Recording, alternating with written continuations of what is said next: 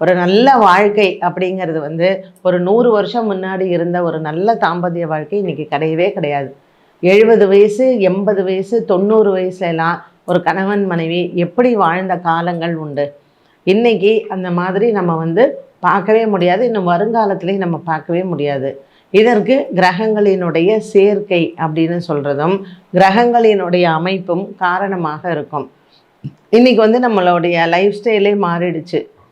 கல்யாணமே ஆகாமயே பெண்கள் என்ன சொல்றாங்க, நான் சம்பாதிக்கிறேன் போதும் எனக்கு போதும் அப்படின்னு. அப்புறம் 50 வயசு ஆனதுக்கப்புறம் யாராவது ஒரு டைவர்ஸ் ஆன ஒரு ஆண்மகனோ, இல்ல மனைவி செத்து போன ஒரு ஆண்மகனோ, குழந்தையே இல்லாட்டா கூட லிவிங் இன் ரிலேஷன்ஷிப் போயிடலாம். இத்தனை வயசுக்கு மேலே எதுக்கு லீகலாக கல்யாணம் எல்லாம் பண்ணிக்கிட்டு, நம்ம இஷ்டப்பட்டா வாழலாம், எத்தனை காலம் வேணாலும் வாழலாம். அப்புறம் பிடிக்கலையா நீ போயிட்டு வா, நான் போயிட்டு வான்னு சொல்கிற மாதிரி தான் இன்றைக்கும் இருக்காங்க.